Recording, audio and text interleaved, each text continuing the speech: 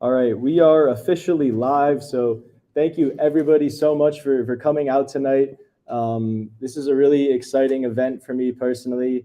A lot of us put a lot of hard work into making this happen, and we appreciate you guys showing up for it. So here's our schedule for today. Some pretty exciting stuff on the agenda. If you guys are new to crypto, new to NFTs, Web3, whatever it might be, we'll definitely have something for you. So a little bit of background. My name is Logan. I've been learning about crypto since 2014, and back in 2018, started a Bitcoin club with Ryan here at our high school. Now, fast forward, to today, 4 years later, and there's a lot that's changed, but I think our mission is still, pretty much the same thing. Educating our friends, family members, classmates, and community on the opportunities and risks that are out there in crypto. The team and I, like I said, we've been working really hard on putting this together and expanding our outreach on campus. So we have weekly meetings in East Quad, and now this is our first ever campus-wide panel tonight. So round of applause for everybody for coming out, who put it together. Thank you so much. And another round of applause for the Sweet 16. Let's go Blue. All right, we have the socials up here, so make sure you check them out if you haven't yet. That's the best way to stay in touch with us and find out about more meetings, cool events, get in contact, ask any questions. It is all there. So take a second to follow the Instagram, Twitter, or just write them down for later. All right, so what is Wolverine blockchain? This is probably the first time a lot of you have heard of it or attended one of our presentations. So Wolverine blockchain began as a Wolverine crypto trading back in 2017. There were a lot of guys who were even earlier in crypto, had already made a bunch of money and wanted to, help other people learn about crypto trading, cryptocurrency in general. And that was during the bull market when lots of people were interested. Number was going up quickly and everybody wanted to get in on it, right?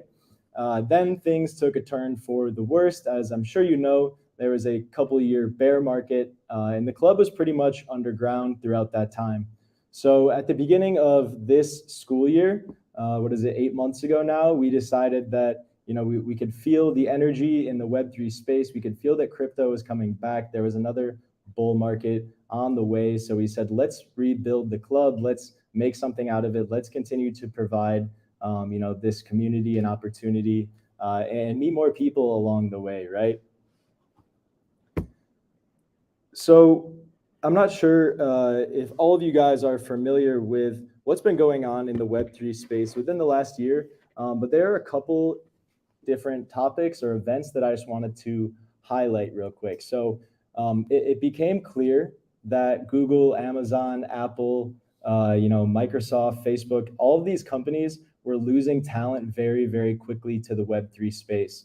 It was one of the top things on their weekly agenda was, finding out new incentives, new bonuses to give to their product managers, their most valuable employees, because they were leaving, like hotcakes for the opportunity that existed in crypto to get into, Silicon Valley Part 2, maybe, right? And get in early. So since then, Microsoft purchased Activision Blizzard, which was their biggest acquisition ever. I think it was like 400 million. No, it's 70 billion. Thank you, Ryan. Facebook rebranded to Meta, as I'm sure you know. And within the last 12 months, the Bored Ape Yacht Club was both released and valued at $30 billion, right? Crazy, crazy growth going on in this space right now. So what exactly is Web3? I mean, honestly, it's just another buzzword that's kind of like more convenient than crypto, NFTs, and blockchain. But, the idea behind it is there is potentially a future that is more decentralized than the current big tech landscape we experience today, right? And decentralization is an action, not a feature, right? There's a lot of work to be done to realize this dream, and big tech is quite reluctant to lose any power more than they already have, right? So this is why I'm convinced that the opportunity to join the Web3 industry and invest in yourself is right now, right? And I hope that, tonight, if anything happens, we're able to demonstrate that to you at least a little bit. Our first panel will feature a few people from Wolverine blockchain who have taken a leap of faith and are better off for it, at least right now. But I'd like to welcome to the stage, to the front, Natalie, Benjamin, and Henry.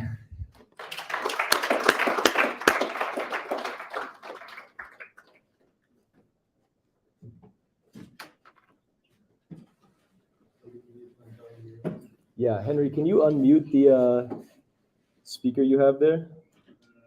It's at the bottom on the left, and then maybe just like move it into the middle. If you want to mute it. Okay, yeah, it's fine there.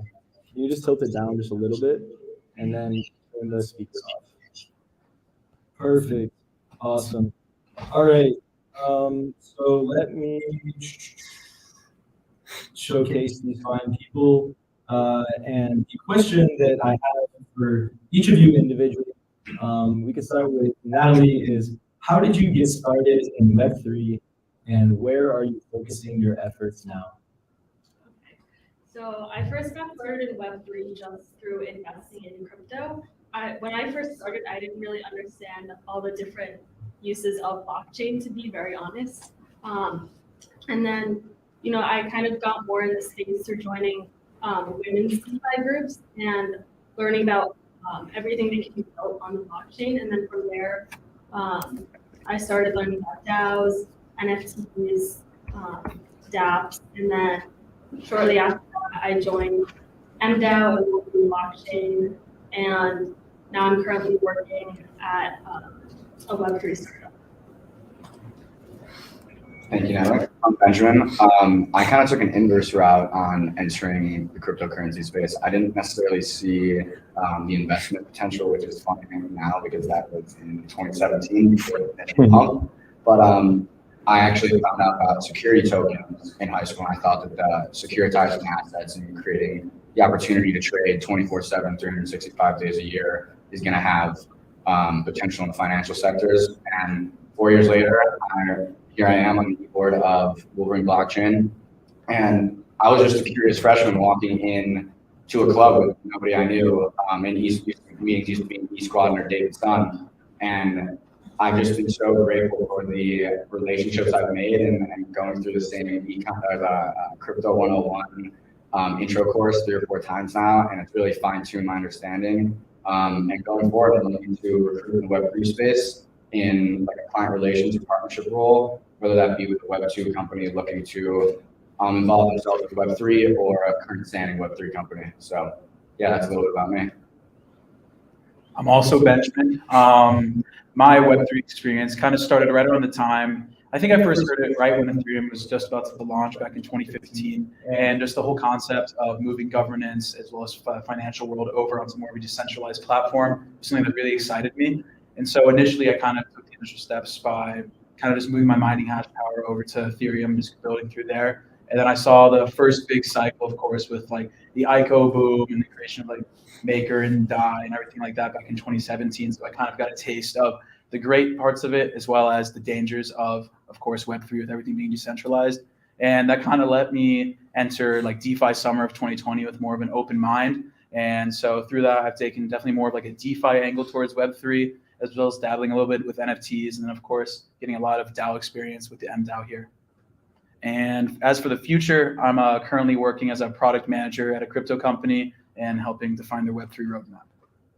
All right, so I'm Henry, and I started my Web3 journey back in like 2015, maybe. I bought a little Bitcoin, wasn't super into it, but like I started investing in stocks like during the COVID pandemic, like a lot of us did. And I realized, wait, crypto is such a huge opportunity right now. I gotta learn more about this. And so my friends and roommates, pre-roommates, Logan and Ryan were working at Benzinga, this investing news site. And so they were writing a bunch of stuff about cryptos, Web3. And eventually, they were looking for writers, and they asked me if I wanted to be a writer. So I started writing just like simple stuff about cryptos. It wasn't all that in depth at first, but then I started learning more and more after every article I wrote, going more in depth. And it's really all been about the content for me. Like it starts with like an assignment almost, or like what I'm a little bit interested in, and then I go in depth, learn a lot, and I learned so much while I was writing that eventually like I found an even nicher interest of NFTs, especially when I randomly got a connection through Ryan to another an NFT company, like an investing server. Started writing for them, learning way more about NFTs, and like I've since like really specialized into NFTs since then, and it's been absolutely huge. It's so much fun. It's like one of the best investing opportunities out there right now. And I've just been doing content. I'm about to do some more. And I'm writing 3 different newsletters. I mean, there's so much, especially in content, there's so many jobs out there for anyone who's even a little bit interested in crypto, NFTs, whatever. Awesome. Thank you, guys. So whoever wants to take this, just go for it. But how much of your Web3 crypto education or experience is self-taught? And what would you say is like the barrier to entry? I know it seems really daunting. There's like so much that falls under the Web3 umbrella, but maybe any encouragement on how to take the first bite? Whoever wants to go. Sure, yeah. So I'd say that like for me personally, I'd say a large amount of it is self-taught, but also by self-taught, I include, talking with friends, learning from friends, everything of that variety. And I think like the best thing about Web3 is that there truly is no barrier to entry. Like you can start any way you want. You can start by nice and simply just getting on Twitter and following a bunch of people and reading about it. It can go as far as dumping your savings account into some protocol, do whatever you want. It's just anyone can do it. It's just a great time. Probably gonna do that last one. I also think YouTube's your best friend in this situation. Anything. What do you look up? What's the first thing? What is blank, and from there you try to find whatever you're interested in. Find a speaker that you resonate with, and that their rhetoric aligns with the way that you think, because it's very tricky information sometimes. So it's really important to try to find that content creator on YouTube or that line of type of creator to really kind of trust their information. Obviously, do your due diligence and look and do your vetting on who you're finding information from. But I couldn't give YouTube more high praise. Anyone any channels or any one in particular that you want to? There are many out there for everyone to check. So I just highly advise finding one that works with you. I like Benjamin Cowan, Glassnode, Coin Bureau. And if I'm missing anybody can chime in. Looter bust on Benzinga. Looter bust on Benzinga. Let's go. How could I forget? All right. So what does it look like? Maybe a question for Henry, right? You got your first Web3 job, and then within a couple of months you had like 4 or 5, and you were turning down the same amount per week. Yeah. What's the opportunity like, and how do you hear about those offerings? So, I mean, the opportunity is massive, especially, I can only really talk about content because that's what I've been doing. I mean, I'm a pharmaceutical sciences major. I had no idea this is what I was going to do. But I just started writing for Benzinger over the summer. And then I just, people just came to me. There's also, people aren't going to come to you all the time. You got to reach out. But people are looking for content creators. They're looking for pretty much anything out there, business dev, whatever y'all are doing. I'm sure there is a Web3 company who's looking for it. Definitely. It seems to me that most Web3 companies and protocols are extremely developer heavy, and all the other roles, obviously there's always going to be a need for more developers, but all the other traditional roles are just super slept on in the Web3 space, like marketing, whatever other specialty that you have other than development is highly in demand in the crypto space right now. Maybe Natalie, could you talk about the projects that you're working on and your time at ETH Denver, the hackathon? Sure. So I'm currently working for a Web3 startup right now, and basically I ended up with this job because I decided to go to ETH Denver, which is an Ethereum conference and hackathon, and they host a few throughout the year. So I think there's one in Prague in June, but then the next big one in the US, I think, is in New York. But basically, so my background is as a UX designer, and I worked at mostly Web2 companies like Amazon last summer, decided I didn't like that. And once I decided I wanted to make the transition to Web3, I realized the best way to do that would be getting like experience working on projects. So then I went to go find a team to do the hackathon with at UC Denver. Literally just in their Discord, there was a channel for like finding a team. And then I connected with many different people, just having calls with them over Zoom, trying to see if it would be a good fit, if I was like interested in their project.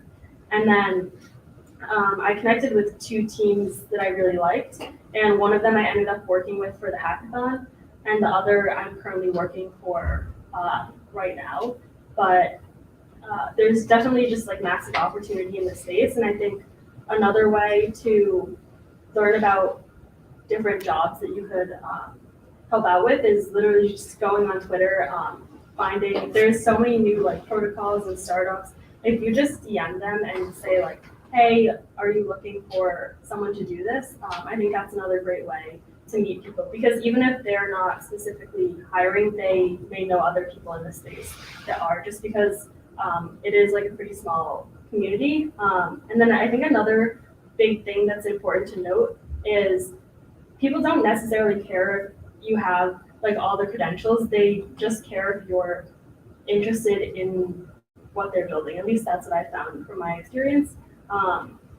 So like the company I currently work at, I think like a big reason that the founder was eager to hire me was because I was so interested in the project and what he's building. Whereas he was telling me about, so we're currently hiring like blockchain developers and full stack engineers.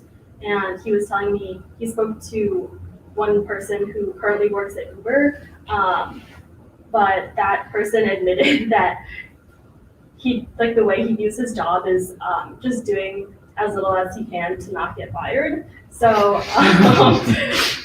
like the founder of my company was like, yeah, I appreciate the honesty, but like I don't think this is going to be a good Don't fit. say that. But yeah, just go out there, like network. And networking in person is great if you can attend some of these blockchain events, but also just through Twitter. Like I think Twitter and Discord are great resources. Like people are always open to having like calls over Zoom, especially if you show interest. I think that's like the first step. Just like be passionate about the space, and opportunities will probably come your way. Yeah, I think you make a great point, is that these companies are mostly concerned with whether or not you have something to offer, you're going to be a decent person to work with, and are like curious about the space, right? You know, for a lot of teams, a wallet address is going to be just as valuable as a resume, right? They want to see which protocols you've been interacting with, how long, you know, try to trace your wallets and figure all that type of stuff out. It's all public on the blockchain, so your experiences are permanently stored there. So yeah, you make a good point. And like also just like contribute something. Like if you see a company that you find interesting, just say, hey, look, you could be doing this or this, you're missing out on that. Just do it and send it to them, right? And you know, if you just want just general advice, most people are very happy to do a coffee chat if you ask them and you're polite, right? Like don't try to ask for too much or too little. You know, say, hey, I'd love to chat and learn more. That's basically all you have to do, right? So Twitter, Discord, whatever avenue, you know, go for it. Just like send 100 messages, you'll get a lot more responses than I think you're expecting. Are there any questions from the audience for our panelists here?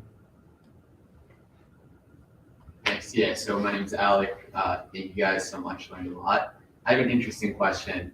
I try to, you know, from time to time stay off my phone and like practice digital minimalism. And when I was learning about the space, it just like surprised me how nonstop it is, especially like everyone was like, Twitter is the place to be, and then Discord, and it's like, I'm wondering how I could still get value, or how you've been able to get value without kind of burning out just by like refreshing Twitter every 5 seconds. Wow, yeah, that's hard because like I get headaches pretty often because all my jobs are online. It's all remote, and I stare at a Google Doc all day basically. So it is really hard. Like I don't even know exactly how you can do it, but just, you know, you can just meet good people that like, especially there's some places where you can have communities that like aggregate information basically. Like one of the servers I work for is this Discord server has all this kind of NFT information in it. We aggregate a bunch of stuff. We put out content like newsletters, updates, stuff like that. Like there are resources out there that can help you not have to find each little piece of information out on Twitter or Discord. So that's one idea, but also the in-person meetups are great. I haven't been able to make it to many, but like, NFT NYC is like $600. So maybe that's not the best option when you're starting out, but it's huge to network there, and you don't really have to be in your phone. So, yeah. Adding on to that, I also feel like it's a very pertinent question. Like just before this started, we were chatting about like me like working in the future, like scared of like the work-life balance. So like it's definitely something to think about with this being like a 24/7, 365 market. And one thing that's kind of helped me throughout this whole process is kind of realize that like at the end of the day, like it will be hard, if not completely impossible, to understand everything and everything new that's going on. So just like accept that and like move at your own pace and then learn at your own pace. And at the end of the day, you'll find that you know more than a ton of other people who saw the same thing and then just got intimidated and didn't try to learn anything at all.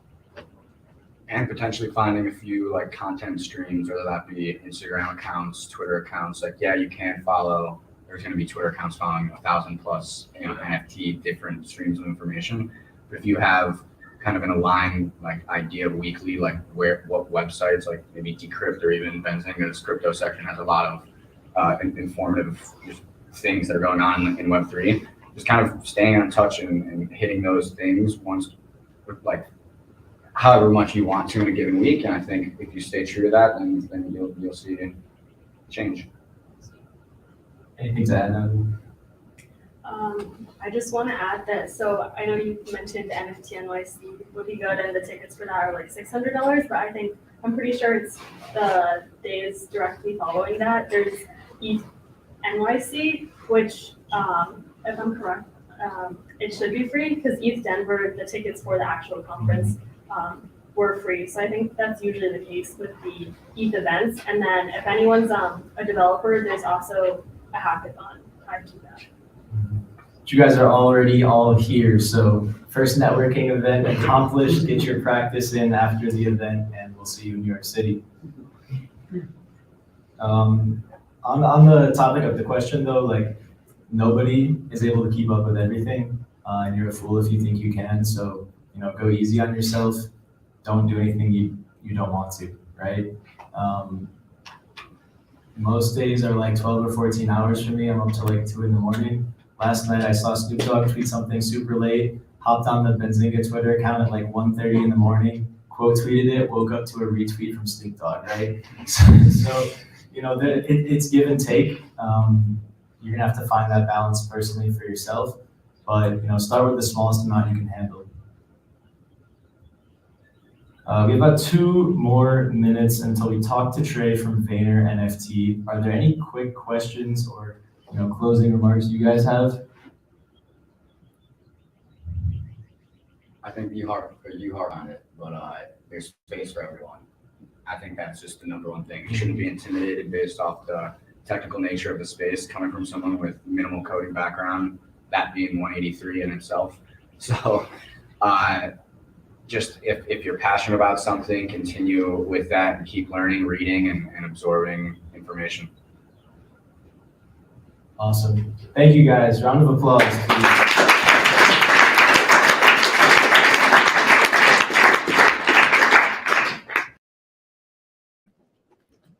All right. Let me share my screen again. Awesome. Thank you, everybody who came up to do that. I thought it was awesome. Hopefully everybody out there liked it. But next up, we have Trey Pizzetti, the head of client client partnerships, English, for Vayner NFT. If you guys aren't familiar, Vayner NFT is Gary V's NFT launchpad, developing products for Fortune 500 companies. So Trey, welcome. Can you say something? Hey, can you guys hear me? Oh wait, hold on. I got to change my audio back. Can you guys hear me? Yeah. Can everybody hear him?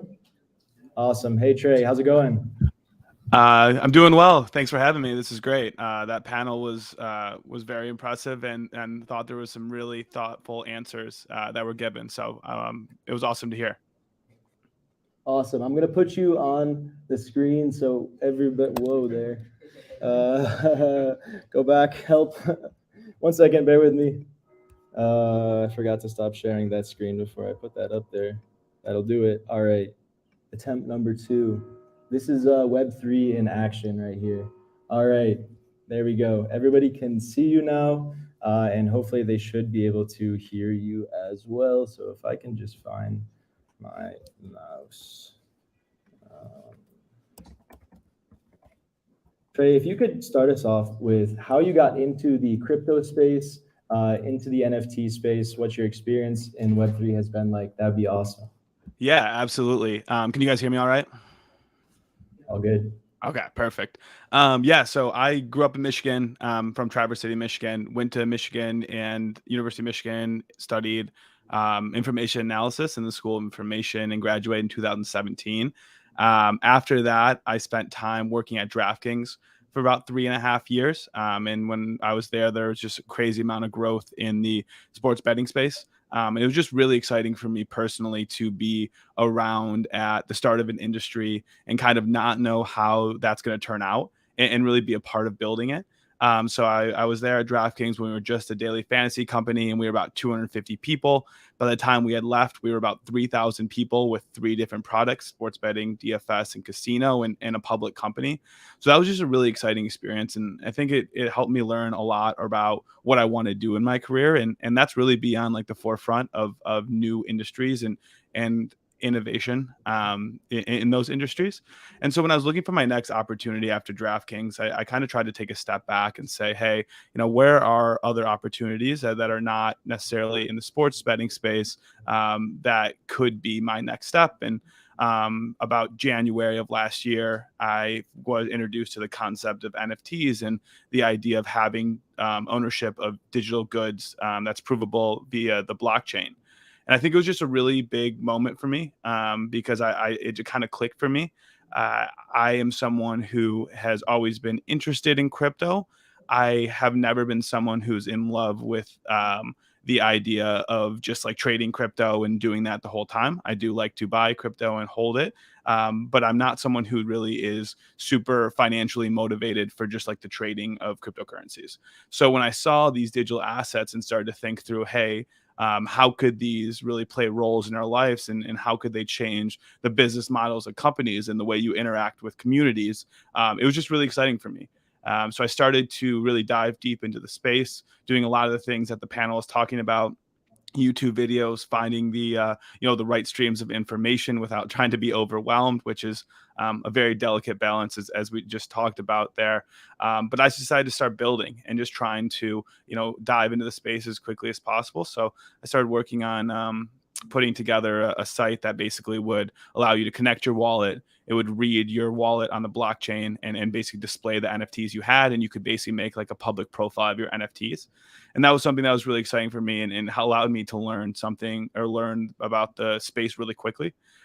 During that time, there was also a tweet that I saw that basically was like a Google survey that said, hey, Vayner NFT is hiring people. We really want to scale the team. If you are interested, please fill out this Google survey.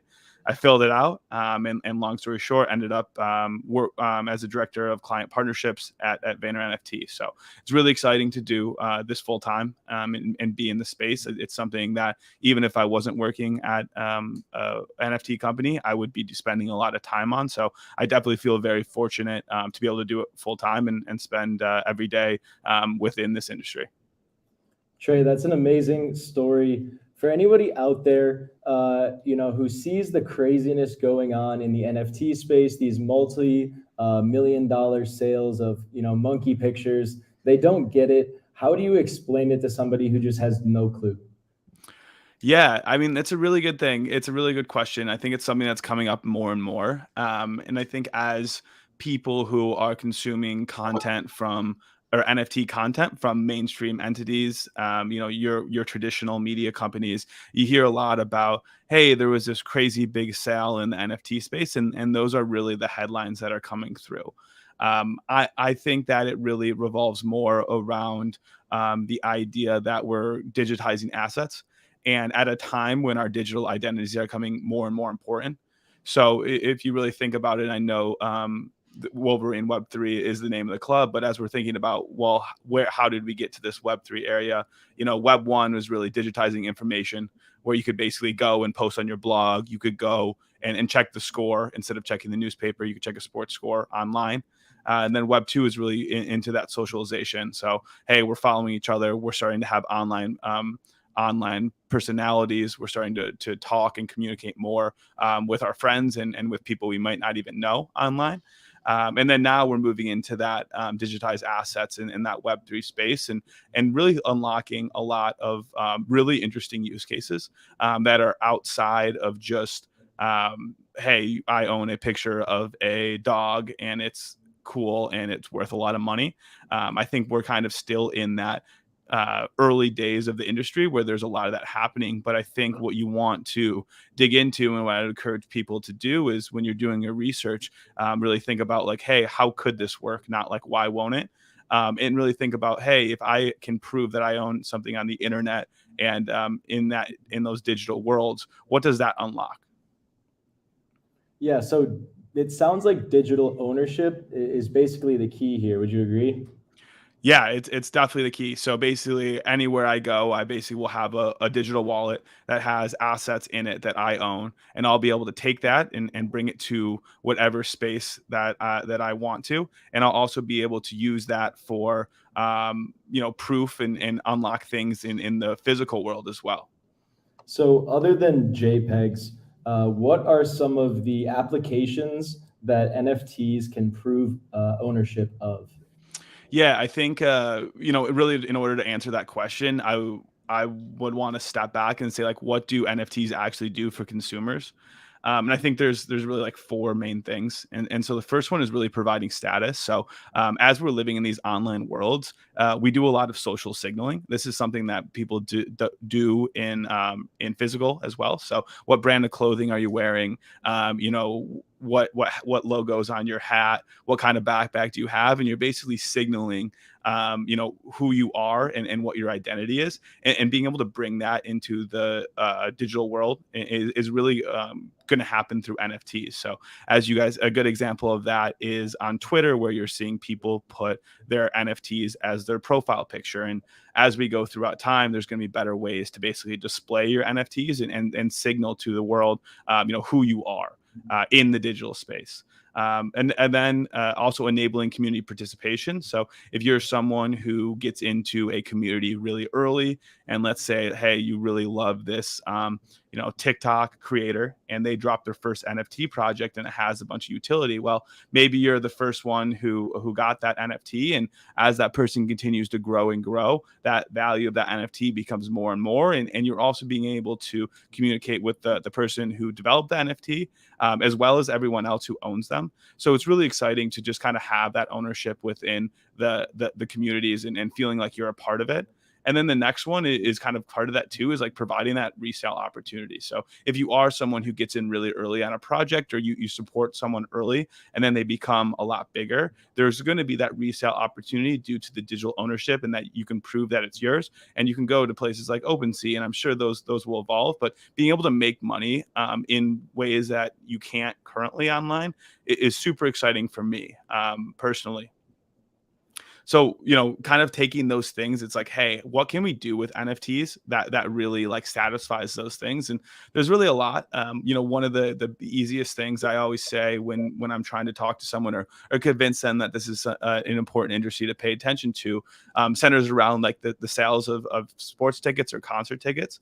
So what these will become NFTs, and there's the number one reason behind that is the financials for the people issuing. So if you think about Michigan football and the tickets to the big house for the games in the fall, what Michigan's doing there is they're making a lot of money off the primary sale, right? So when they go and sell them, they're making a ton of money, and they're using that for their budget. But as a season ticket holder, when you do purchase that, you can then go on Ticketmaster, and you can go and sell that, and you keep most of the profit. Obviously, Ticketmaster would take some of that and in the fees. But what we're going to see is these tickets are going to become NFTs because you can actually attach a royalty in the smart contract of the NFT that would give a certain percentage back to Michigan football, and they would be able to start making money off the secondary sales. So that's one where it's very like financially driven, like a very obvious next step, and that's probably something that we're going to see in the next 2 to 3 years, is that being adopted. I think there's really another thing is new companies that are basically going to be kind of built out of this world. So we are going to have people who come in and have an idea, and they're going to basically use NFTs to fundraise that idea. And you're going to have people who actually own assets, which makes them even more excited about what you're doing, and also more vocal spokespeople. And I think you touched on this earlier when you're talking about Bored Ape Yacht Club, where this is a company that has really been pushed by their community forward, but there's also a really great team working behind it that's enabling that. So that's another good example there. And then the last one I think is pretty obvious, but it's just really around limited edition collectibles. So when you're someone in your world, I think I think that people underestimate that everyone collects something. So whether it's watches, cars, whether it's books, maybe it's sweatshirts, but people are very love to collect by nature.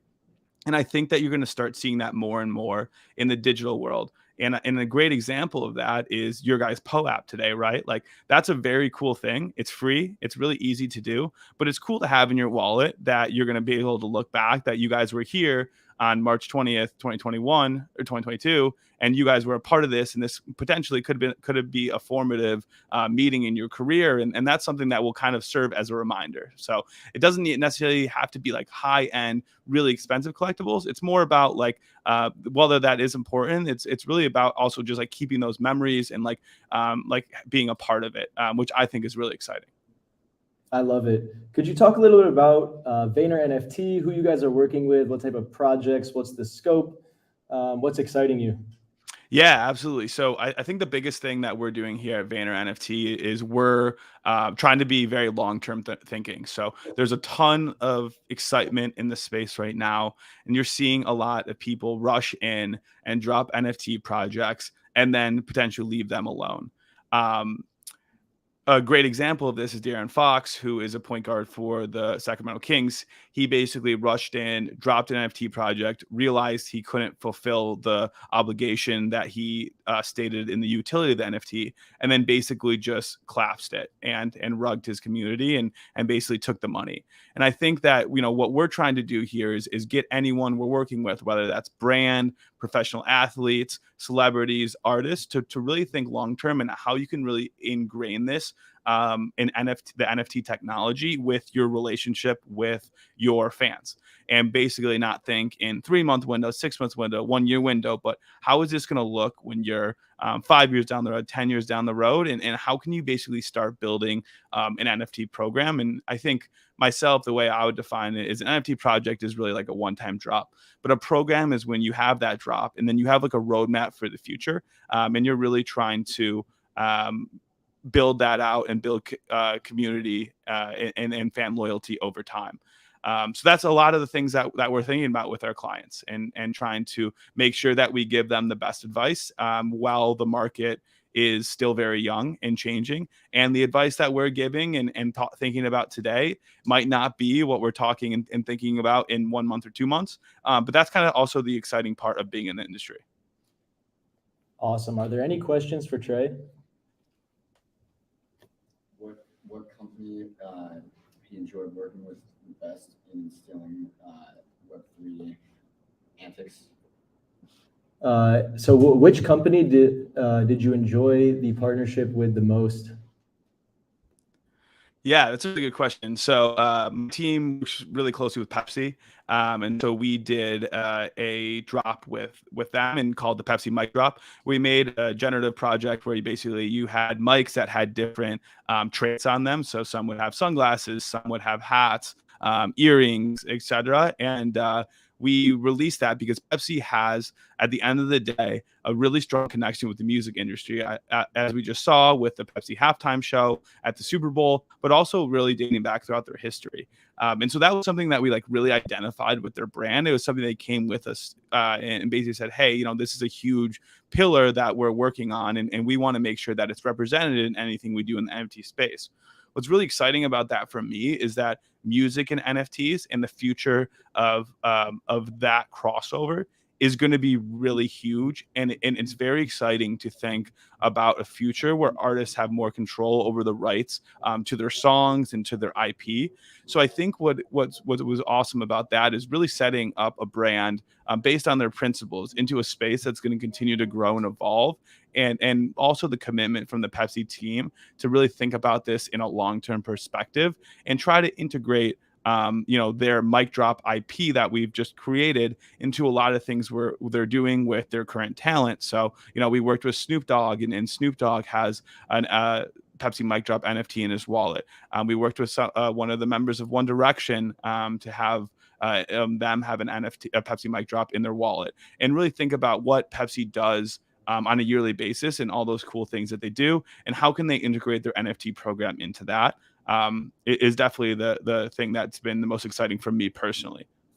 Trey, how do you get the typical Pepsi drinker to have an interest or care or want NFTs? Yeah, it's a really good question. And a lot of things we're doing, really, we kind of think about it in two audiences. So the first audience would be your crypto native audience. So probably a lot of people who are here who have been in crypto for the last couple of years. Doesn't really matter how much you've invested or not. It's just people who are really interested and maybe have bought an NFT in the past. And we really call that like the crypto native audience. And so what we're trying to do is make sure when we do NFT launches that we have that authentic connection with that community. So there's certain principles that are driven by that community that are really important, like being kind to each other, making sure that there's no money grabs, and trying to have those principles show through the NFT programs. So that's audience number one. Audience number two would be the brand's normal customers. These people, especially, when you're thinking about a Pepsi, a Budweiser, there's a huge percentage of those audiences that aren't familiar with NFTs. And so it's really about also making sure that these NFT programs we're developing have room for everyone who wants to participate, and basically make it really easy for people who are not crypto native and more traditional brand audiences to also be involved, because you want to make sure that it is a really inclusive programs that you are launching. That's great. What do you think is like the biggest hurdle to bringing the non-crypto native audience into the Web3 space? Yeah, I think there's two main hurdles that I see. I think the first one is just like the UX. So if you guys have gone and purchased NFTs, what you have to do is basically go to an exchange, convert your US dollar to Ethereum, most likely, then transfer that Ethereum to your MetaMask wallet. In your MetaMask wallet, you then go and connect it to a site and pay a certain dollar amount for the NFT. And then you also have to pay gas on top of that. That becomes very easy for someone who has done it many times, but that first hurdle is really big. And I think as you see companies like Coinbase enter the NFT space, they're going to make a lot easier to use UXs, which is going to be very big for adoption of crypto and NFTs in general.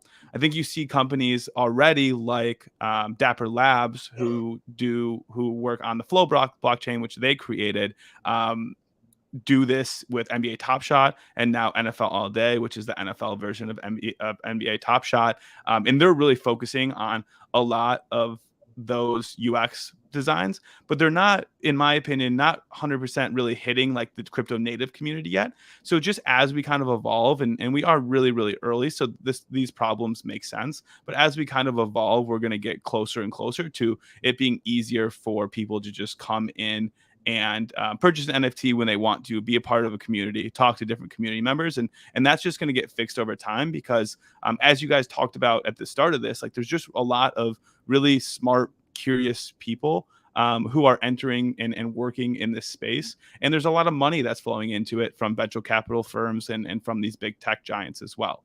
The second thing is really just around like the narrative that's told.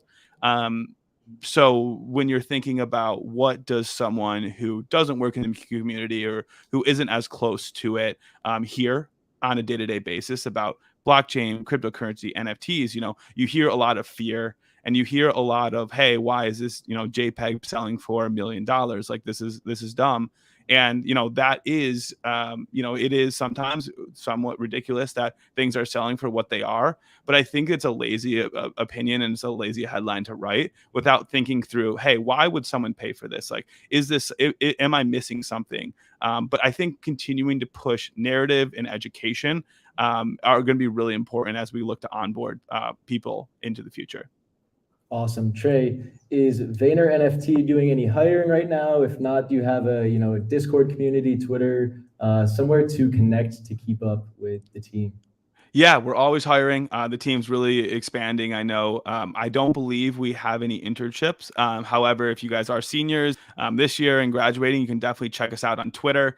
And then we will have a careers page as well. I would say Twitter is probably the best the best spot to keep or to follow us. We do a bunch of Twitter spaces where we have experts in the space, specifically a lot of members from our strategy team come on and do things like what does Web3 mean to us? Hey, what does the metaverse? Talking about different projects we're launching and why we're launching them in the way that we are. So following us on Twitter, I think it's just at Vayner NFT is definitely the best way. And if you guys have any specific questions about the space, about what Vayner does in general, feel free to shoot me a DM on Twitter. As you can tell, and as the panel talked about, DMs on Twitter are super important in the space. So feel free to reach out to me and ask any questions you have. And I'm just at Trey Pizzetti. Trey, thank you so much.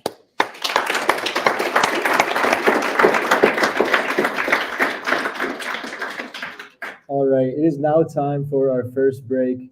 Go ahead. Let's pan the room to Trey one sec. So is Kieran talking instead? What? Is Kieran talking instead? No. Oh, I see Kieran over there talking. I think Kieran is going to hop into.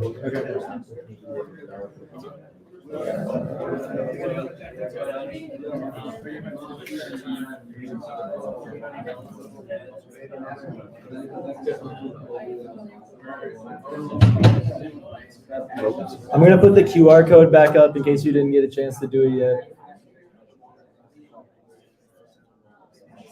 How's it going? Good. Bro, I can't get it. It's not working. It's connected to the wrong. Oh yeah, you gotta do it on your. No, six. Beating my expectations. I like I did it. Yeah, I did it. My shit's not showing up, bro. You guys want to step out real quick? Yo. Oh, I did. No, I didn't. It's just my wallet. I never like.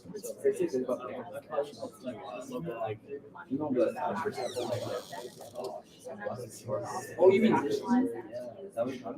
Oh yeah.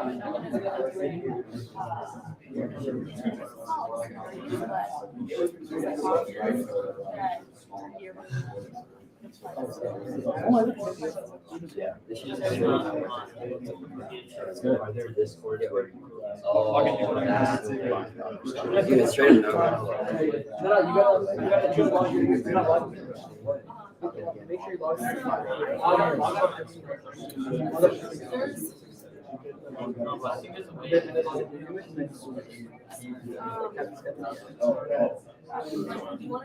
I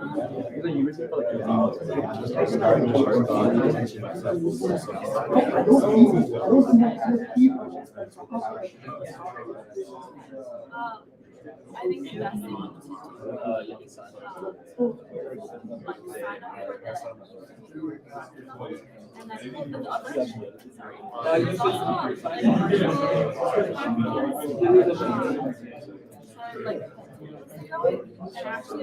Yeah, so I have one right here.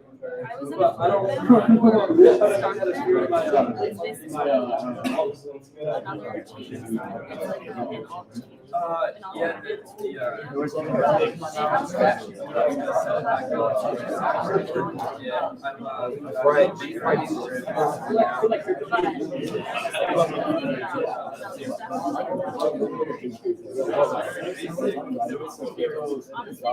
Oh, yeah.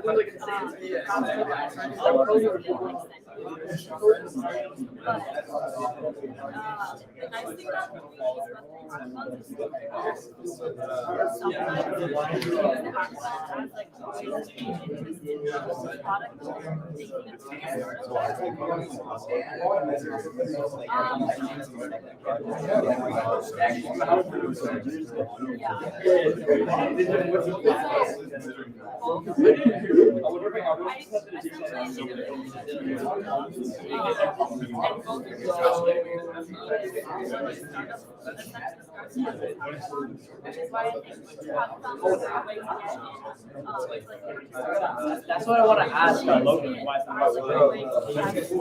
Yeah, I got you. Yeah, I know.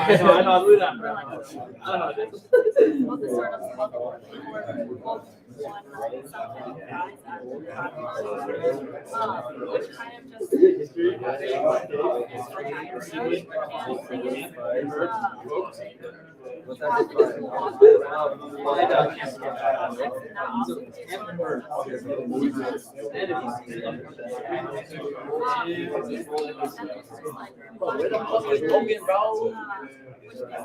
Yeah, I like it. So I think in general, and I think aside from even if we're very like like meeting other people's support and then also just like being able to talk about your experience. It's very difficult to shows that one, you have experience in two, you're interested in like want to join hackathons specifically focused on just like but yeah, it was definitely if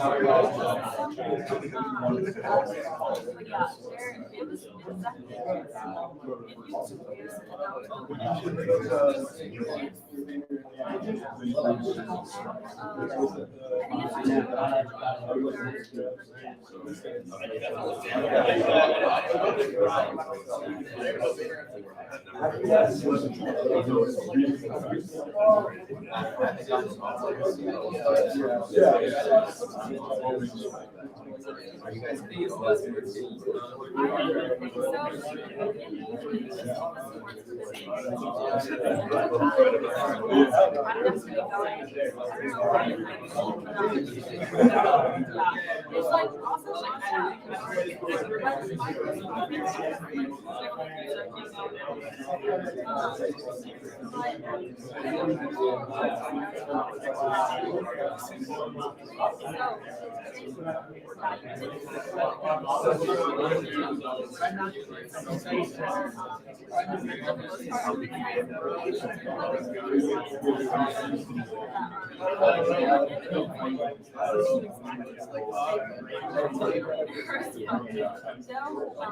but that's why so I went to Kennedy my last year, November, and I found that the types of people I met there were very different than the people I met at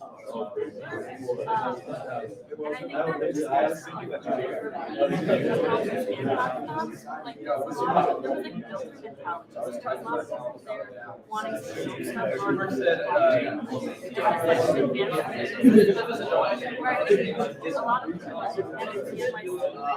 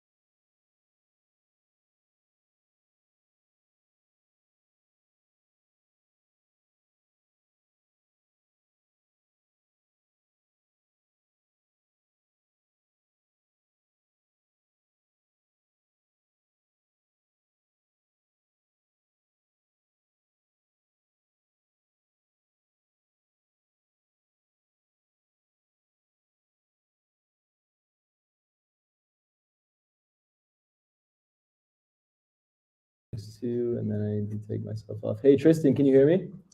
Yep, I hear you. Awesome. How are you today? Good, yourself? Give me Doing one great. sec. Thank you. I'm gonna fix Thank my you for mic. joining.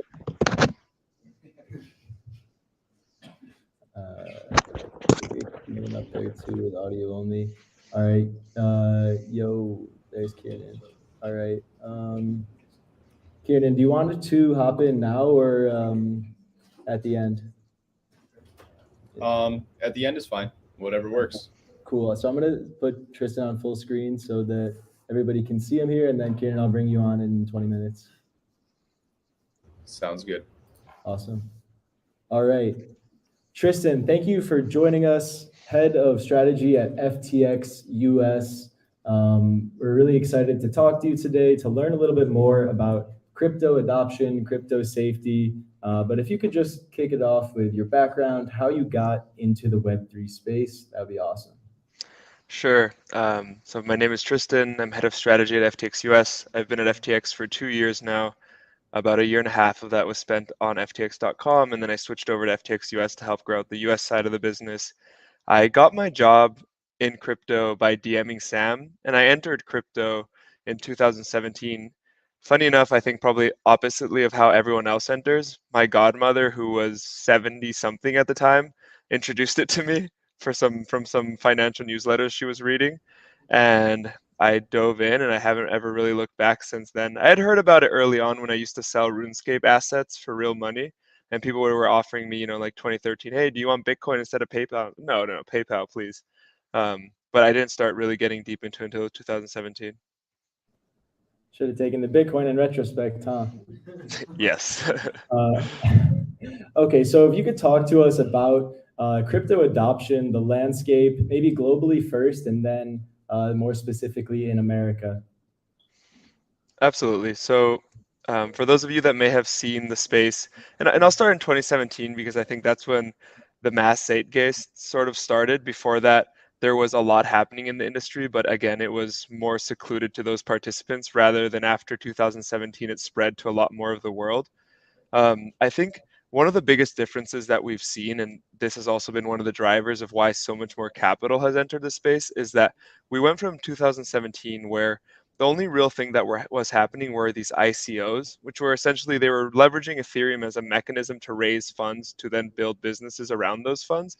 And people were just generally raising funds using something called a white paper, which was a business plan or description of how this token would fit into the economics of what they were trying to build.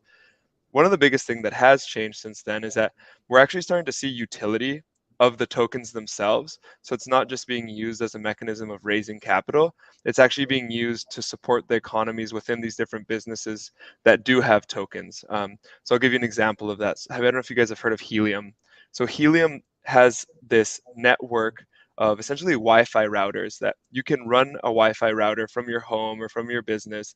And if you're a user of this, you can go and you can connect to these, and they're all over the world. There's, I think, tens or hundreds of thousands out there at this point. And to use it, you have to pay HNT, which is the token. And if you're providing this service, you receive HNT. So it's like a way of mining by providing Wi-Fi to people. And that's one example, but there's many others now where actually the token fits into the economics of the business rather than just being a capital raising mechanism. Tristan, what are some of the big catalysts we've seen recently that have driven adoption very, very quickly? So the biggest one, I think, is always number go up. I mean, people are very excited if they buy something and the price of that increases, and it tends to garner that person's interest because they had a number and now they see that number being higher, and maybe they weren't that technical, but then this gives them enough interest to start diving in and learning more about what's going on. So I think in large degree, this is what happened in this run that started honestly after that crash in 2020 where Bitcoin went down to $3,000, and it had been on that incremental run up ever since.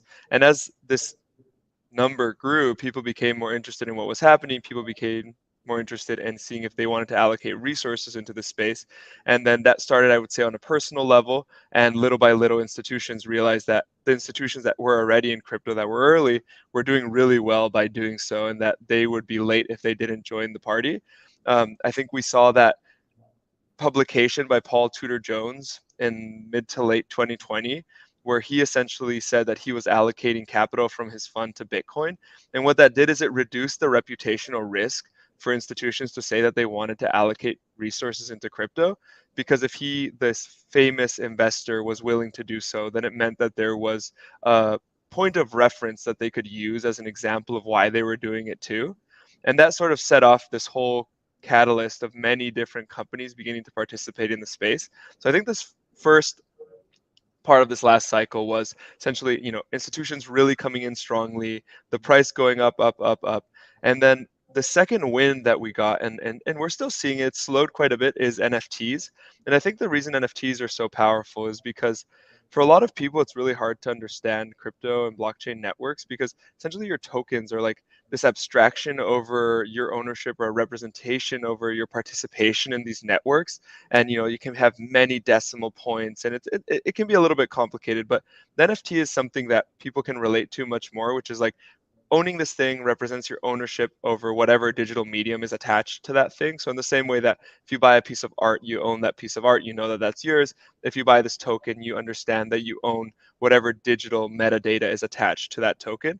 So it opened the doors for many people who perhaps weren't technical or weren't even that financially interested to enter the space for a love of art or for a love of collectibles, which, many people really enjoy collecting things. And I think that's what we saw in this sort of second aspect or second part of this run, was a lot more participation from people who hadn't been a part of crypto before, because they found a vehicle that they could enter with that they found interesting, and that they didn't have to say learn too much about like blockchain and economics to understand what was happening. Tristan, you mentioned the institutions moving in throughout 2020 and 2021. How important is getting regulation correct to onboard more institutions and their clients?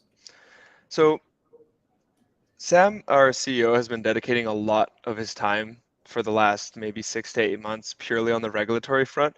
The reason for that is that there needs to be good regulatory regimes around these asset classes for them to really be able to grow. And we're going to see that the countries that embrace these assets and also give them sort of fair regulatory legislation are going to be the ones that are going to see a lot of the growth of the businesses, in the sense that crypto businesses will move to those countries to then work with them. So I'll give you an example of this. For the longest time, there wasn't any country that had a license for cryptocurrency derivatives exchange. And FTX.com, the international side of FTX, is a cryptocurrency derivatives exchange. So for a very long time, it was an unlicensed business, essentially. It had an incorporation in a certain place, but it's not that it had licenses in each jurisdiction that it was serving. And the reason for that wasn't that we didn't want to have licenses, that they didn't exist, because the regulators were too far behind to really know that cryptocurrency derivatives were such a big thing, and that they wanted those to be in their countries so that they could essentially have access to potentially taxing the gains that people made with those products. So one of the things that happened with Bahamas is that they started looking into creating a regime for cryptocurrency derivatives, and we worked collaboratively with them to help them really understand what they were regulating so that they could come up with a comprehensive framework that actually made sense. And that was one of the big reasons why the international side of the company is actually based here in the Bahamas now. So I think as countries begin to see this and begin to see how much economic activity they can produce in their regions by having comprehensive frameworks for crypto companies, we'll see more and more of it. And we are already seeing much more of it. Many of the largest countries in the world are beginning to have regulatory regimes around many of these products. And one of FTX's largest goals has been to get those licenses in the different places that they exist. So, for example, right now we're licensed across the majority of Europe. We just launched FTX Australia today. We've acquired an exchange in Japan to have the licenses to be able to service Japanese residents. We have, FTX US, which has MTLs across the majority of the states, which are money transmitter licenses that allow us to serve these crypto products to US users, and essentially so on and so forth. And as this happens, as these regulatory regimes come into place, it becomes much harder to operate these businesses outside of the licensure regimes. And so it becomes more and more important to have these licenses to be able to operate correctly in these places. Tristan, crypto wallets, private key management, custody is the privilege of owning your own assets, but it's also the responsibility of owning your own assets. How do you think that crypto wallets, private key management could scale safely and securely? Yeah, that's a really good question. I think it's been one of the conundrums. Like, one of the powerful aspects of crypto is that your keys, your coins, essentially that you own these assets, and there's no intermediary party that can come and lock your account or shut it down or make it so you can't transfer those funds. This is, to be clear, if you're holding it in a non-custodial wallet, not if you're holding it in exchange or in a centralized service. So this powerful aspect of being able to control your crypto and have it be a sovereign asset comes with this responsibility that you then need to secure these assets, because you don't have sort of like the bank's infrastructure that is where you deposit your funds, and you can rely on their security systems for that to not be compromised. In this case, you have to create your own security systems. And so in a lot of these non-custodial wallets, you essentially get things called seed words or a private key, which is the only way to like recover your wallet if, let's say, your computer gets wiped or something and you don't have what you had been using before. You have to recover it on a different computer, a different device. You need your seed phrase to then be able to recover it. And you guys have probably seen all these stories in the news articles about the man who, is digging through the trash heaps in London because he threw away a hard drive a long time ago with Bitcoin, but he didn't, and his seed words, or excuse me, the seed words for his Bitcoin were on that hard drive, and he wants to find it because it's worth like $1 billion today. Like, there's a lot of these stories that go around, and there's probably a lot more of it happening than even the stories that we see publicly. And one of the problems with this, apart from the beauties, as I was saying, of self-custodying your assets, is that it's really hard for mass adoption to happen if everyone has to custody their own assets, because not everyone is necessarily in like a technological framework to do so, or like accidents happen and you can just lose these things and then you're kind of screwed. So it's a balance. I think reasons or things that people can look at to think about how they can secure these assets better are systems such as potentially like social recovery mechanisms, and different ways in which you can secure or back up these private keys or these seed phrases. And I would say this is a decently personal decision on each person's part, because it's called like OPSEC essentially, where like how do you guarantee the safety of these assets. And I would recommend never like telling other people how you are doing your backing up of these seed phrases or private keys. And some things that people do, for example, is like they'll memorize these and they'll know the seed words, and if anything happens, they just have it in their brain. People will write it on a piece of paper and put it into a bank vault somewhere, and if they lose their device, they can go and get it and recover it. And there's other mechanisms such as this, but I do think for the space to move forward, there will have to be more creative and sort of easier user experience mechanisms that allow people to recover these if they do lose them. Awesome. So could you talk about the scope and scale of FTX globally, and then what you've been focused on here in the US? Yeah, absolutely. So FTX US is now the second or third largest cryptocurrency exchange in the world. Excuse me, FTX.com is now the second or third largest cryptocurrency exchange in the world, depending on days. I'd say we do, anywhere from like 10 to $20 billion a day in volume. The vast majority of that volume happens on our perp products, which are perpetual futures. It's a financial derivative of these different cryptocurrencies. We also have other things such as borrow lending and whatnot that power our spot margin markets and all of these other products that we have. So, tons of volume, very large exchange, very interesting in that all of this is happening through sort of FTX as the provider, whilst in financial mechanisms or systems that we see from the past or the present, there's usually many different entities with different licenses that manage different parts of this process. So it's like pretty powerful to have all of this in one body, essentially. On the US side, and I guess, we're licensed in 170 countries on the FTX.com side. And then on the US side, at the moment, the exchange is a cryptocurrency spot exchange, which means that, you go and you change dollars, for example, for Bitcoin, and you can withdraw that Bitcoin, but you get the physical Bitcoin. While if you're trading derivatives, you're trading the derivative of the Bitcoin. And then you can also buy and sell NFTs on FTX US. We have an NFT marketplace. If any of you guys like NFTs, I suggest you check out ftx.us/NFTs. And we have some other exciting things in the pipeline, such as stocks, like just vanilla stocks, Robinhood style, as well as FTX US derivatives, which will allow, for the first time in the United States, for sort of retail participants or kind of us to be able to trade futures on cryptocurrencies, because at the moment those are gated for having potentially an entity and paying the fees to sign up to CME and get the data feeds and all of these complications. So we're working to be able to provide those to anyone that wants to come and trade futures or options on crypto. Awesome. So crypto is not just trading or sending money. There's a whole decentralized finance landscape. Could you talk about maybe a little bit of background, maybe, and where this is going? Who could take advantage of it? What precautions should they know? Sure. So, there's these things called layer ones, which are base layers. So Bitcoin is one of those, Ethereum is one of those, Solana is one of those. And they're built for different utilities. So like Bitcoin is known as a place where you can store your value, you can store your Bitcoin, and you can send transactions or move this Bitcoin around. It's not the best chain to build things on top of, although there are a lot of people working on something called Lightning that is attempting that. Ethereum, on the other hand, you can kind of think of it as like a computer upon which you can build programs, which in this case are called smart contracts. In that sense, you can build like, this is a terrible example, but in the same way that you can build like a WhatsApp app for your computer or your phone, you can build a program through smart contracts on the Ethereum blockchain for things like that. And most of the activity that we've seen around that on Ethereum has been for this thing called DeFi, or decentralized finance. And what it does is it takes different primitives from the regular traditional financial world and then puts them into this code is law format where you interact directly with the smart contracts, and that is the regulation of the activity that you are doing on chain. And what I mean by primitives is like, for example, there's a lot of different financial things that we can do, but a lot of times these are gated by having, significant net worth, or again, having an entity that trades or different things like that. Like the layperson can't necessarily get access to these different aspects. And the main thing that we usually get access to is like, what, I don't know what it is right now, like 0.02% yearly APR on our savings account or something.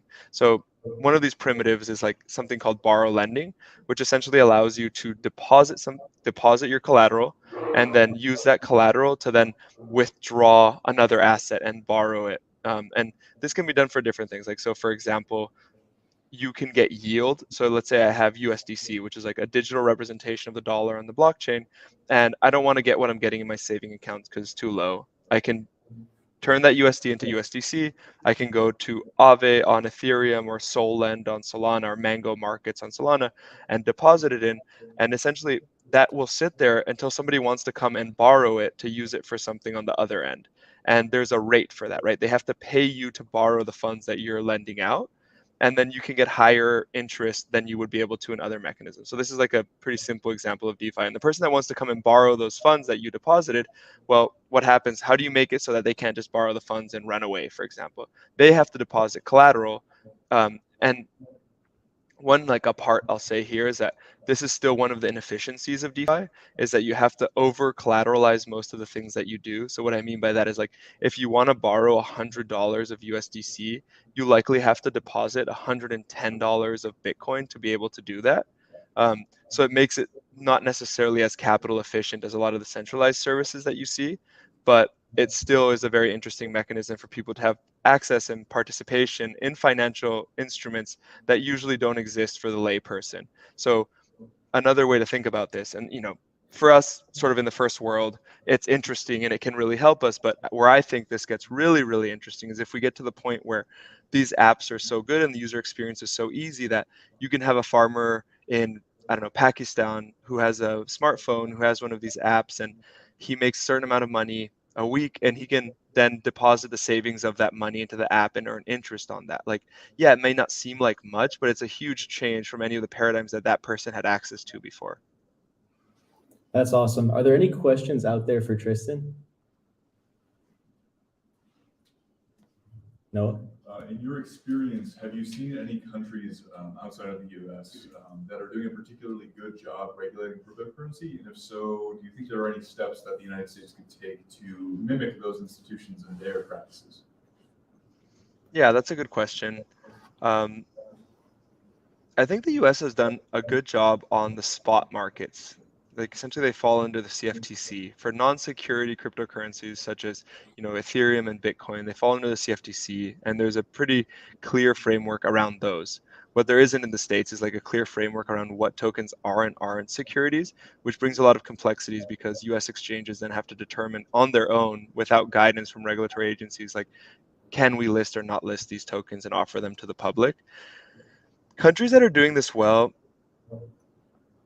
there are countries that are getting there. I don't know if any country is sort of the beacon that everyone should follow. Everyone is doing it a little bit to their own flavor and the way their financial markets work. I mean, Singapore has done a pretty good job of this. As of late, Dubai has been getting pretty on top of the ball. What other crypto-friendly jurisdictions? I mean, Bahamas is an incredibly crypto-friendly jurisdiction. Gibraltar is a crypto-friendly jurisdiction. Cyprus.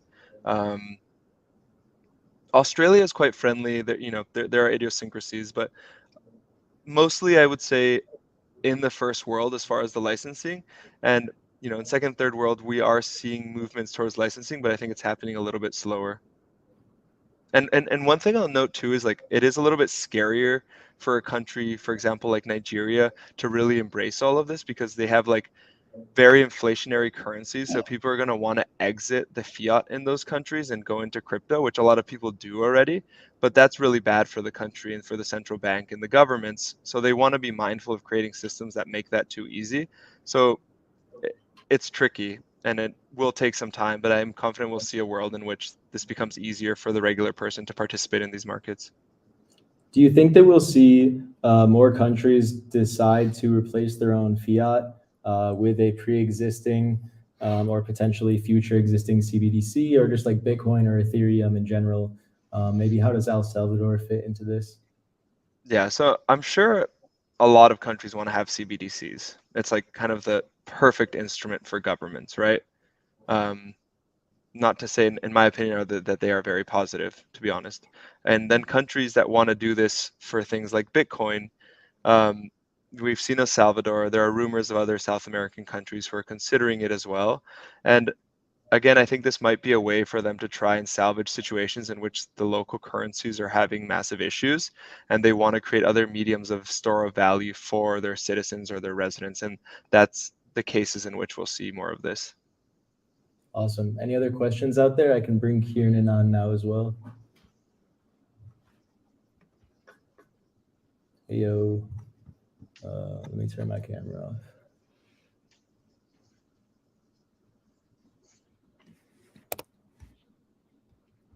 Which one is it? I can't see. Is it this one? Yep. Thank you. All right, you guys can still hear me, yeah? Yep. Awesome. Kieran, how's it going? Good. How are you guys?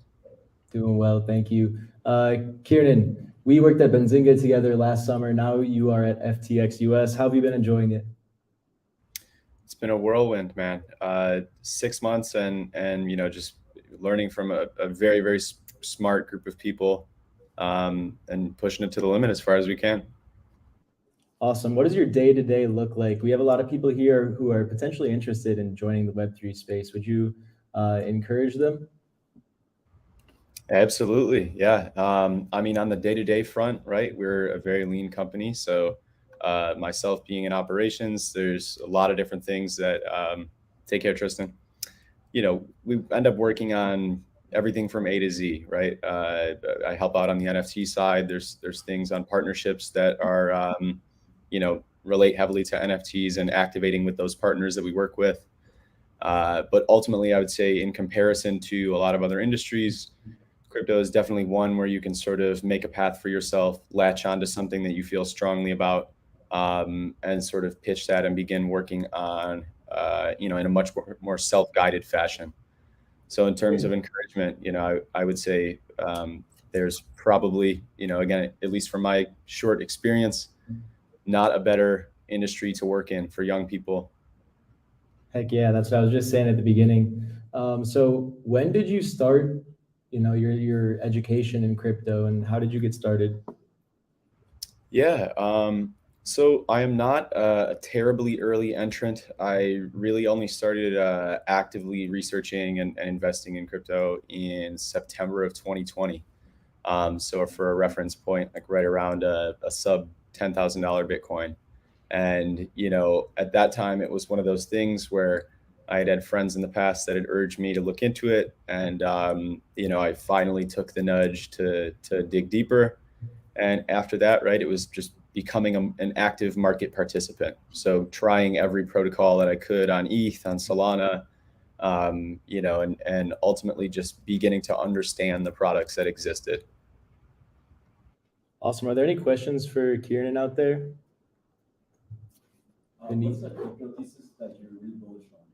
What is a crypto thesis that you're really bullish on? A crypto thesis that I'm bullish on, to be totally frank, this is regurgitated, right?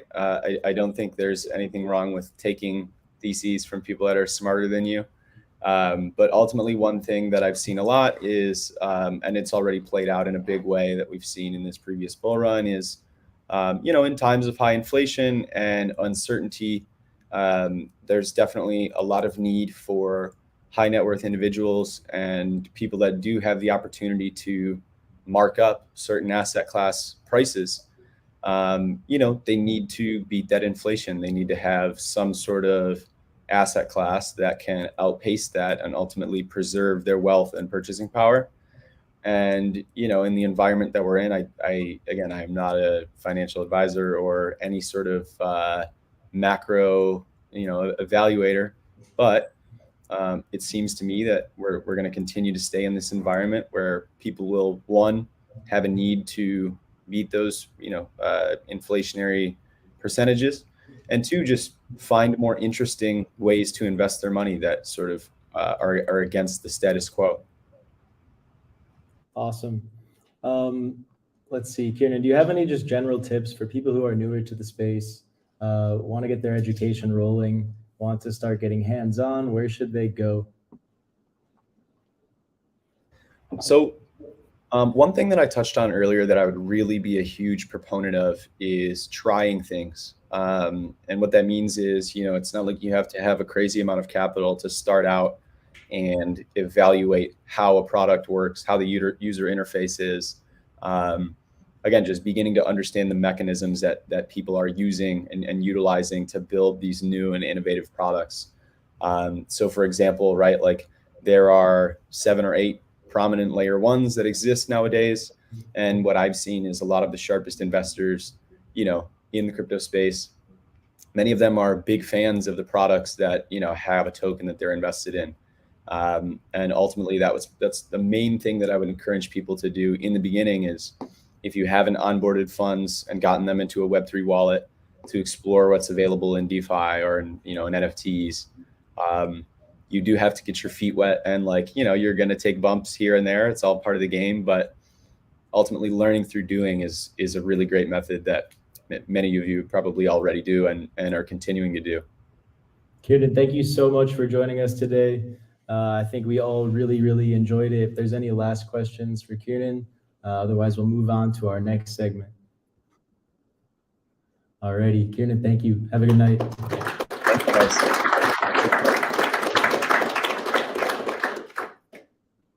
Alrighty. Next up, we have Working in Web3, another student panel. And I need to figure out the screen share real quick, so give me a moment.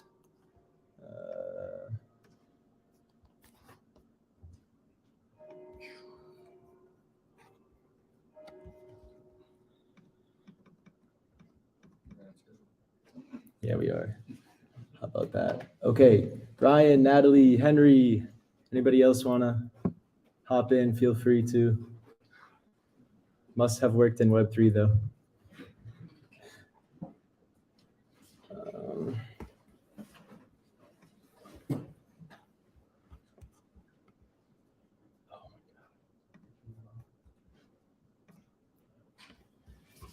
Alrighty, you guys are back. Oh, yep.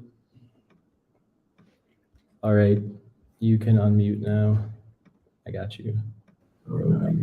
Okay, can you say something real quick? Hello, hello. All right, I think it's gonna work.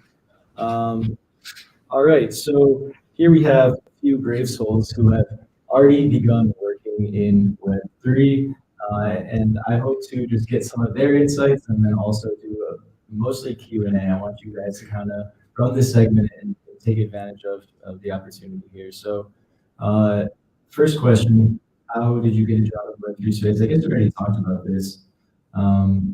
If you have any insights on just working in Web3, any tips or tricks, or we could just go to.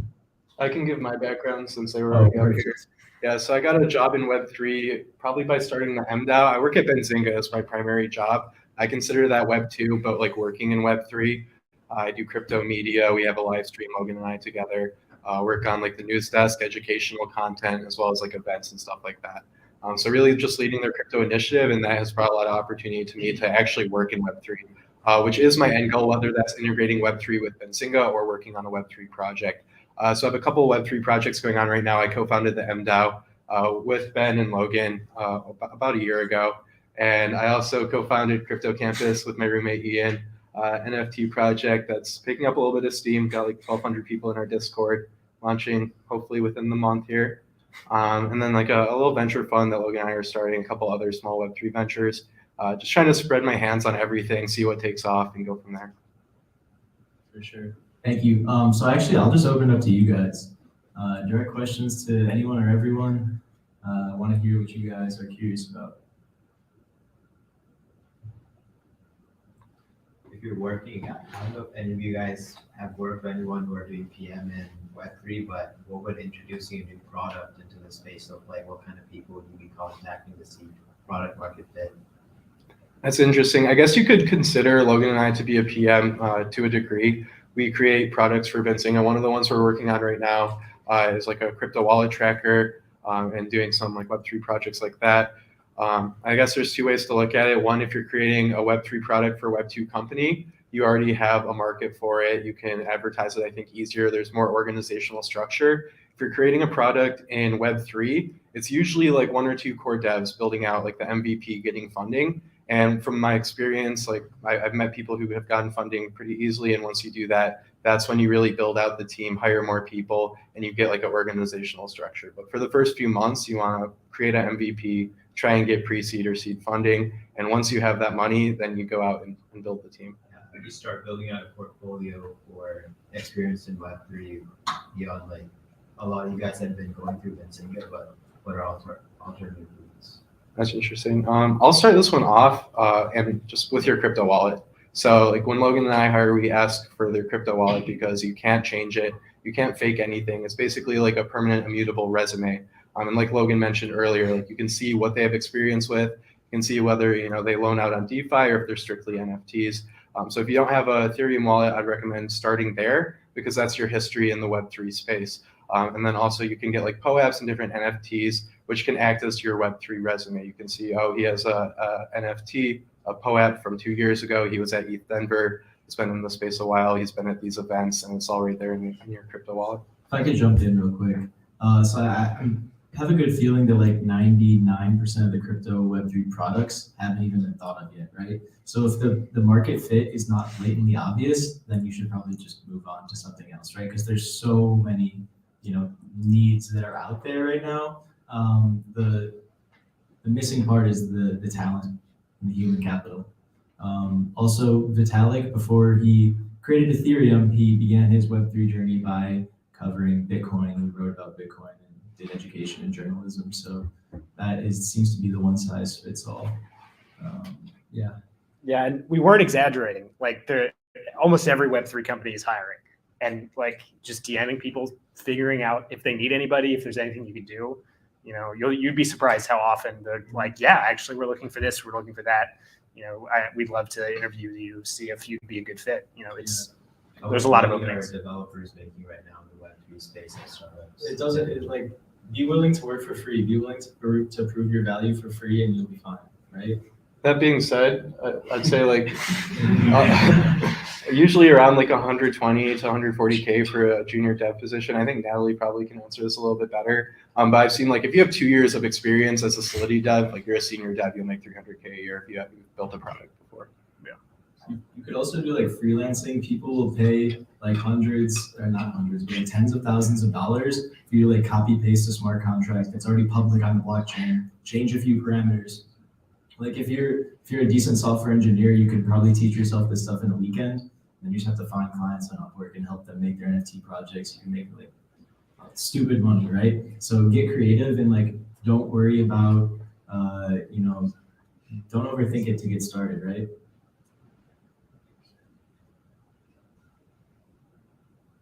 Yeah. Yeah, so I have two questions. First question is, I think, Henry, you were speaking about this before, but non-technical roles and like where you think the biggest need for that is and what skills specifically. And to go along with that question, what is kind of the minimum technical threshold you think you need to be working in a non-technical role in one of these companies?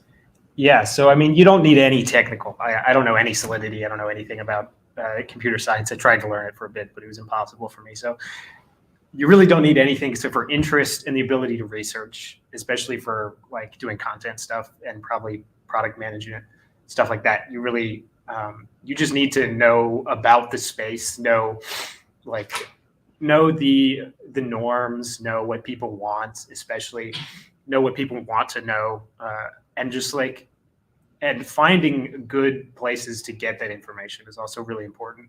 Like, it's really hard to do research for this kind of stuff. So you need to find good places to get the information, but you really don't need to start out with anything, but just like interest.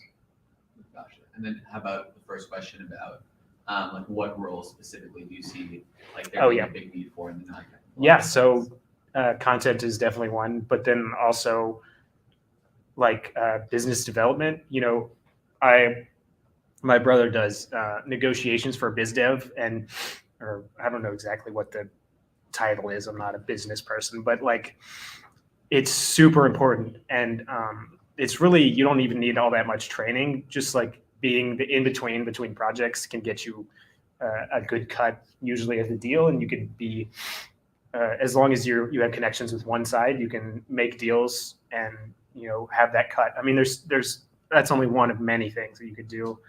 I can't even think of that many more right now, but there's basically everything. Probably maybe a few exceptions, of course, but. I can just touch on this from being a non-technical member of a very technical squad.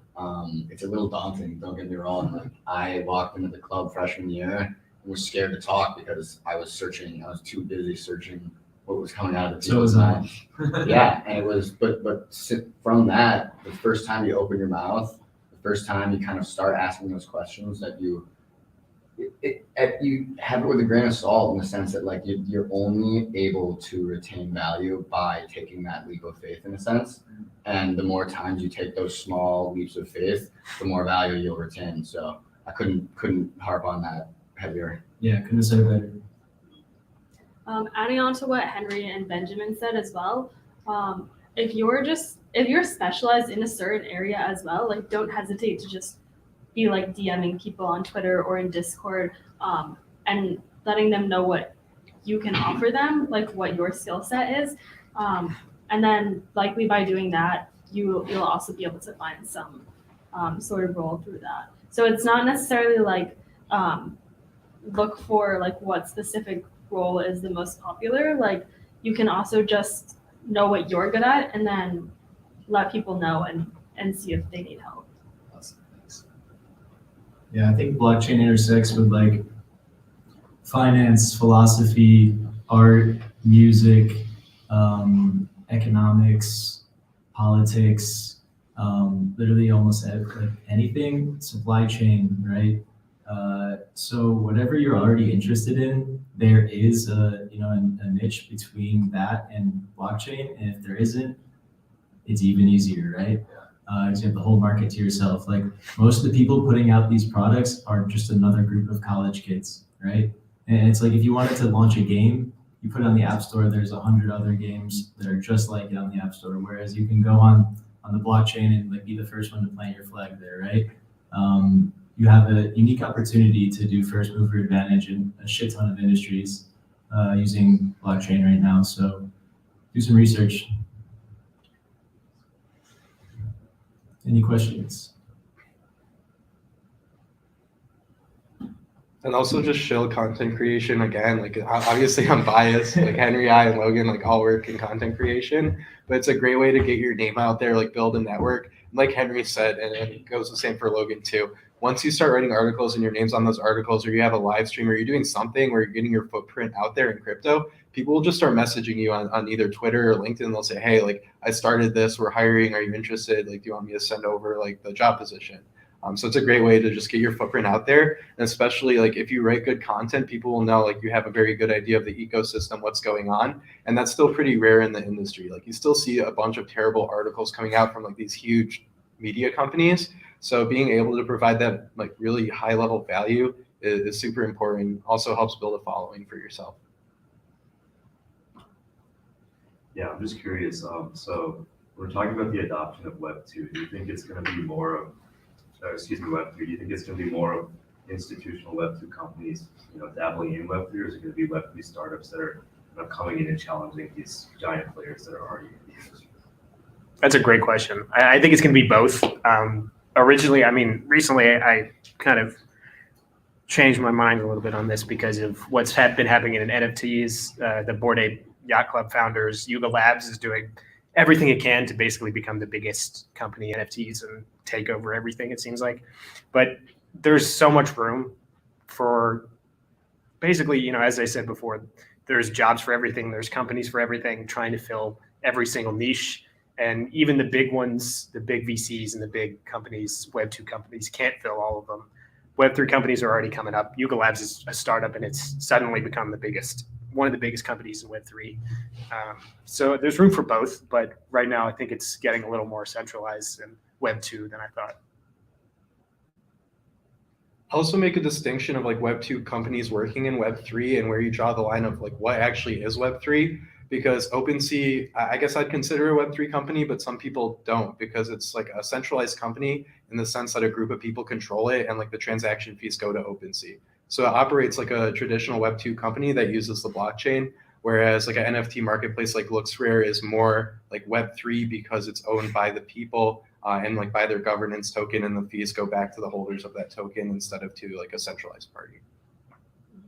Yeah, I think that's a good point to make, because technically, like Coinbase could be considered Web3 as well, but like I don't think you should look at all Web3 companies like as like a blanket statement. Like you'll have the experience working at one versus the other, because I think there's still differentiation within the industry between obviously like very early stage startups and then these large companies like OpenSea and Coinbase. Yeah, I think like if we all put our heads together and like stayed here for 24 hours, we could come up with like a really good March Madness bracket, right? If we each did it individually, we could do it in 5 minutes, but it wouldn't be, we wouldn't get the highest score, right? So, it's yet to be seen that super decentralized products and apps, like really Web3, are even viable, right? There are a lot of applications where it's simply not worth it to spend that much time and get that many people involved. And so the Web3 products that are embracing Web2 models are the most successful right now. We're realistically at like Web 2.1, which is, it's not a bad thing. It's much better than Web 2, right? But yeah, there's a whole spectrum of centralized versus decentralized, and Web 2 working in Web 3. So yeah. What are some examples of decentralized products that exist right now, and what do you think the incentives to design products like that would be? So one decentralized exchange, it's like the decentralized Web3 version of FTX, right? It's called the Uniswap. So the entire protocol is smart contracts that are immutable on the blockchain, right? Nobody can really change. Nobody can change those contracts now that they're out there. Anybody can use the protocol, completely decentralized, right? I'm sorry, can you repeat like the? Yeah, what would be incentives to work on projects like that right now? To contribute like your time? Yeah, to completely decentralized products. Well, you could definitely get paid in their governance token. Governance tokens have value because people are staking a lot of money and using this exchange to make a lot of money, right? So they want to see that nobody takes over the governance and hijacks their smart contracts, right? So they have a reason to value those governance tokens, but it's yet to be determined, what a fair value for governance tokens is, right? We have no clue. So you can work for a decentralized protocol like Uniswap, and you can make a lot of uni tokens that are currently worth a lot, and in 6 months could be worth a lot more, or not as much, right? So you kind of have the ability to like leverage your own work, leverage yourself, if you're willing to get paid in potentially a more risky asset.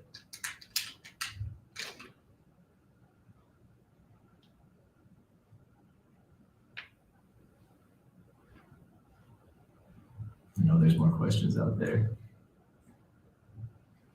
What is a Web3 project each of you are excited about? Maybe not the one you're working for. I need a minute to think.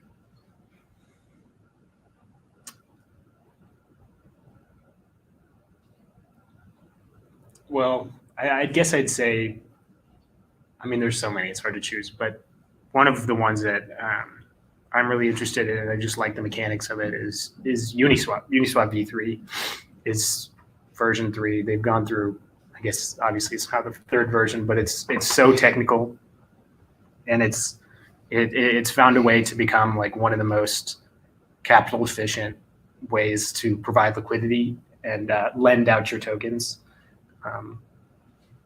So yeah, I think that was the one I'm most excited about. I'll give a general answer of DAOs. Back like freshman year of Wolverine blockchain, everyone was shilling DeFi, and that's when I first heard about DeFi. And all there really was like make your DAO, like collateralizing Bitcoin and then giving out stable coins. And then that took off in 2020. And then David's son back in like 2018, shilling everybody in Wolverine blockchain, NFTs. And now we're shilling DAOs. But anyway, DAOs are probably one of the most flexible tools within Web3 because they can be structured in any way you see fit. And for those of you who aren't familiar with DAOs, they're just decentralized autonomous organizations. You can kind of think of it like a group chat with a bank account connected to it. And when you put in money to this bank account, that's proportional to your voting shares in that group chat.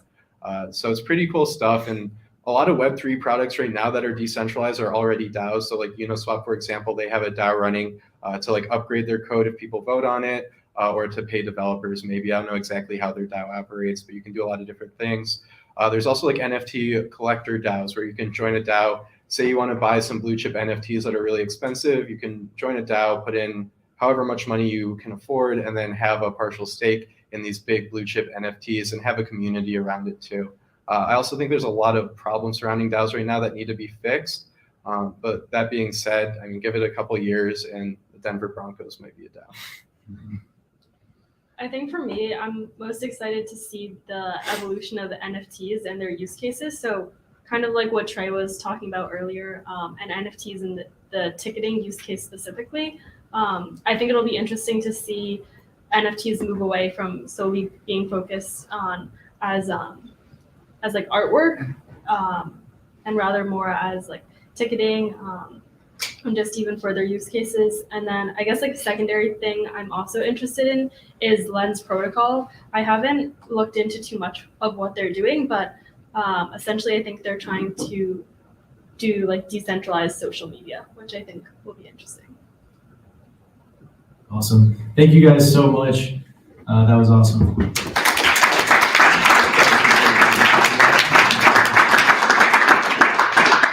10 minutes left. Now that you're confused and tired and upset and want to go watch basketball, we will wrap it up quickly.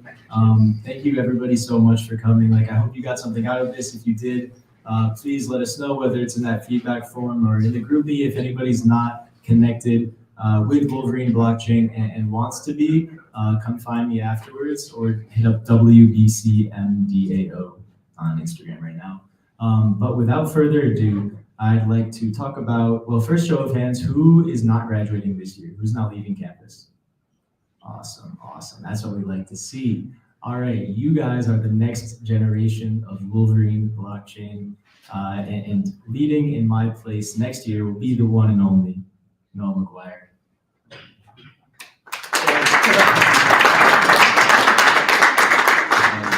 What do we have to look forward to next year? All right, next year, it's going to be a continuation of this year, but I'm going to hold torch, and you are all going to be a part of it too.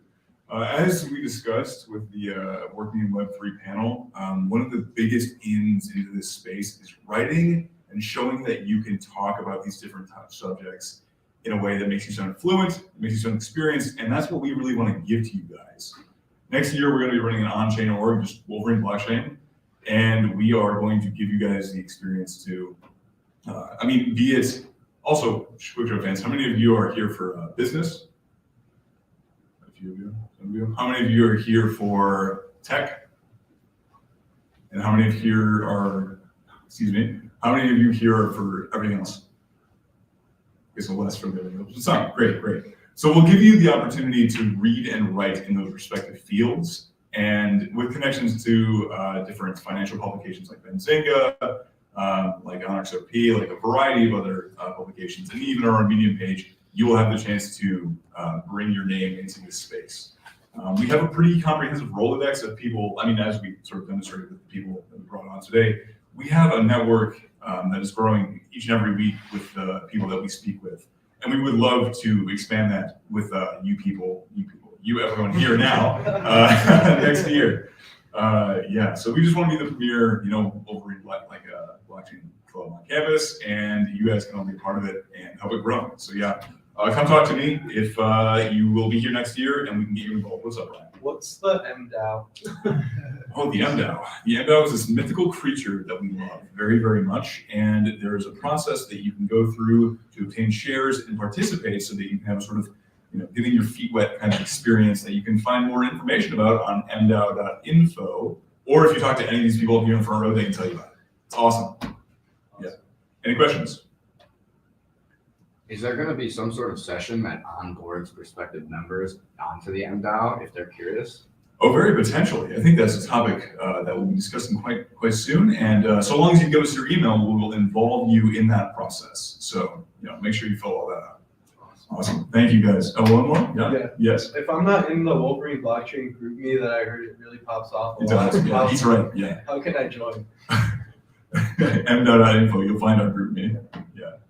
All right. Yes. How do I buy crypto campus NFTs? You talk to Ian. That's what you do. talk to Ian. All right. Thank you. Thank you guys. All right. I trust you guys are in good hands next year. But we'd love to get you started and meeting everyone as soon as next week. So we do meetings in East Quad Wednesday nights from 6 to 7, East Quad 1405. So follow the socials so you can get updates about that. Send your phone number to our Instagram DM and we can add you to the group meet.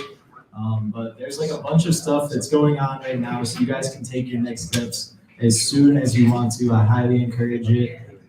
Just that you guys are here tonight, you should be really proud of yourselves. So huge round of applause for everybody who came out.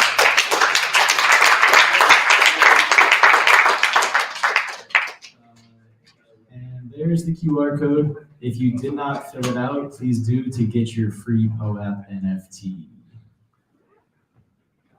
Thank you, everyone. All right. Free to get one. Nice. This was going to 10. That's like 3 hours. Someone said 7.